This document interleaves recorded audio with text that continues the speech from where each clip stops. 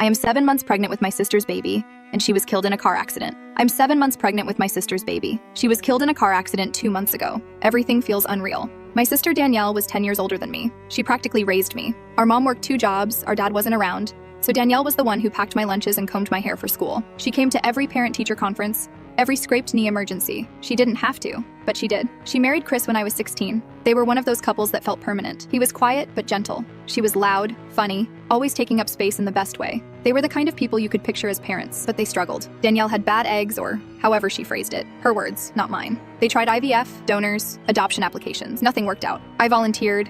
No hesitation. I didn't have a boyfriend. I was healthy. I loved her. It just made sense. She cried so hard when I told her I'd do it. Chris cried too, though quietly. I'd never seen that side of him before. We did it through insemination. It was clinical, impersonal, and over fast. A few weeks later, I was pregnant. They were ecstatic. They turned the spare room into a nursery before I hit 12 weeks. Danielle made Pinterest boards and bought tiny socks. Chris started a journal for the baby. Little letters he planned to give her someday. I didn't feel left out. That was the deal.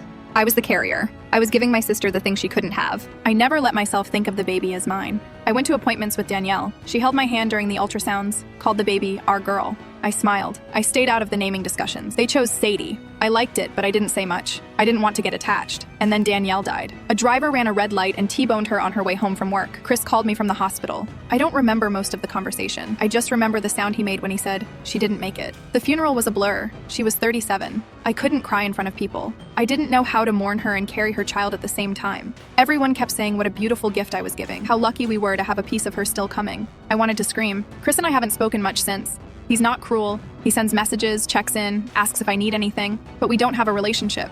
We never did. He was always my sister's husband. I avoided his invitations. I told myself I was too emotional, too pregnant, too everything. But now I'm sitting in my apartment, surrounded by unopened packages and unread pamphlets, and I'm realizing that I'm about to have a baby. My baby. Not legally or biologically, maybe. But I've carried her, felt her hiccup. I know the rhythm of her kicks. I talk to her when no one's around. She knows my voice. I try to picture handing her over to Chris. I try to imagine him rocking her to sleep, bathing her, raising her with some woman I've never met. I try to picture being the cool aunt at holidays, dropping off birthday presents and waving from the porch. I try to picture it the way we planned, but she was the glue. Danielle was what made that vision work. Without her, it's just a stranger raising my baby. I know what the papers say. I know what I agreed to. I meant every word when I promised I'd do this for them. But it's not them anymore. It's just me and Chris, and we were never close. I don't know his heart. I don't know how he parents. I don't know if he'll keep her tied to Danielle's memory or let her drift into a new life with someone else. The due date is creeping up. I haven't set up a crib. I haven't bought clothes. I haven't told anyone what I'm thinking. I can't even say it out loud yet. But every night when I lie down and feel Sadie moving inside me, I think, you're mine.